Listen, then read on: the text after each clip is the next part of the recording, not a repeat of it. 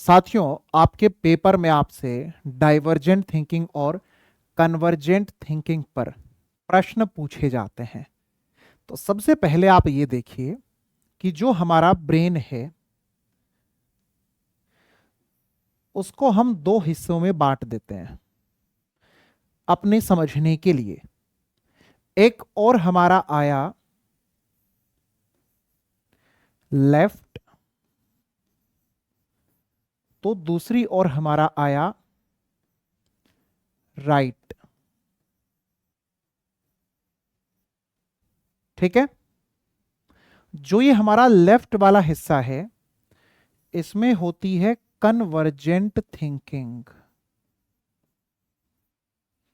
और जो ये राइट वाला हिस्सा है इसमें होती है हमारी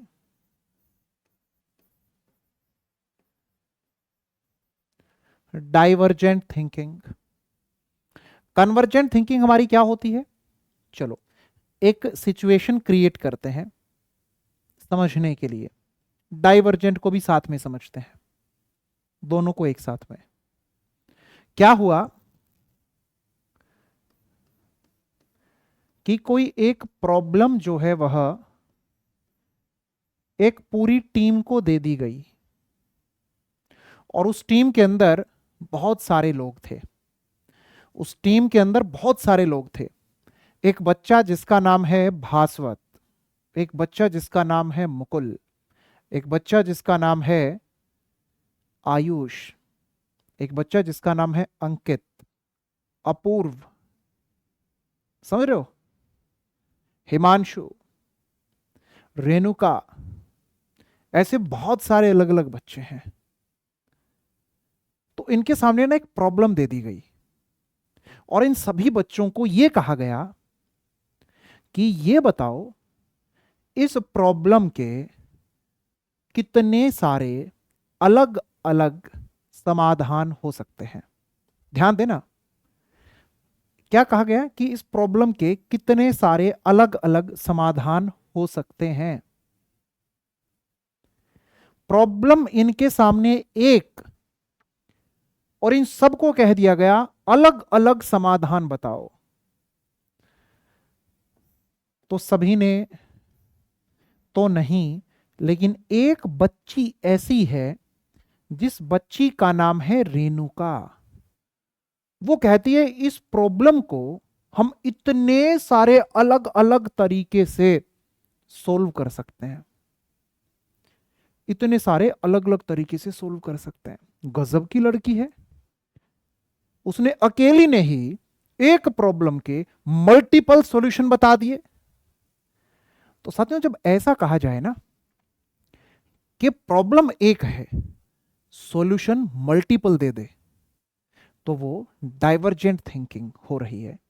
और जो रेणुका है अभी उसने अपनी डाइवर्जेंट थिंकिंग का इस्तेमाल किया, तो ब्रेन के राइट वाला जो हिस्सा है वहां से वह ज्यादा एक्टिव है।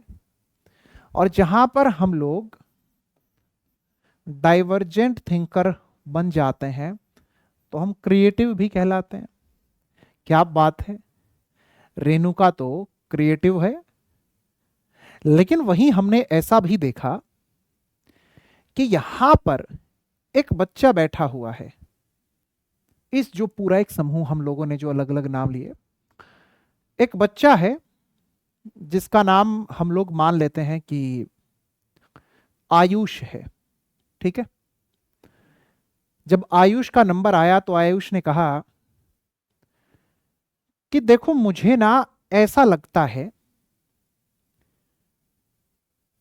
कि इन सभी में से जो मोस्ट अप्रोप्रिएट है, जो मोस्ट अप्रोप्रिएट है, जो सबसे शानदार है, इसका समाधान एक, वो ये तीसरे नंबर वाला है। तो जब आप ये देखें कि वो लोग जो एक समस्या का एक समाधान बताते हैं, तो इस तरह के जो लोग होते हैं वो एक ही चीज पर ज्यादा फोकस्ड रहने वाले, डीपली रिसर्च करने वाले कहलाते हैं। जब ये होता है ना, कई बार आपको प्रश्न भी दिया जाता है, अलग अलग ऑप्शन दे दिए जाएंगे कि बताओ, हो तो ये सभी सकते हैं, लेकिन इनमें से भी जो मोस्ट अप्रोप्रिएट हो सकता है, जो सबसे सटीक हो सकता है, वो कौन सा है? आयुष ने झंडे गाड़ दिए, पूरा सिस्टम हिला दिया। जब ये पॉइंट नंबर 3 उसने निकाला ना, वो इसका एग्जैक्ट सॉल्यूशन सबसे बेहतर निकल करके आया। पूरी टीम ने तालियों की गड़गड़ाहट से आयुष को ये बता दिया, ये जता दिया कि भाई तुम ही लीडर हो हमारे।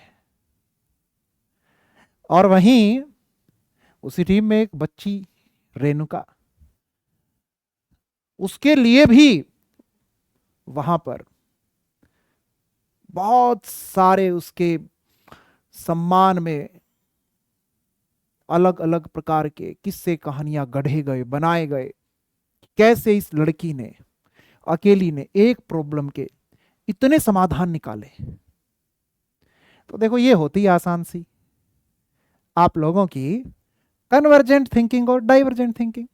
अब भूलोगे कभी तो मुझे जल्दी से ये भी बताने का काम कर दो कि इन दोनों में से इनटू द बॉक्स कौन सी होती है, और मेरे प्यारे साथियों आउट ऑफ द बॉक्स कौन सी होती है?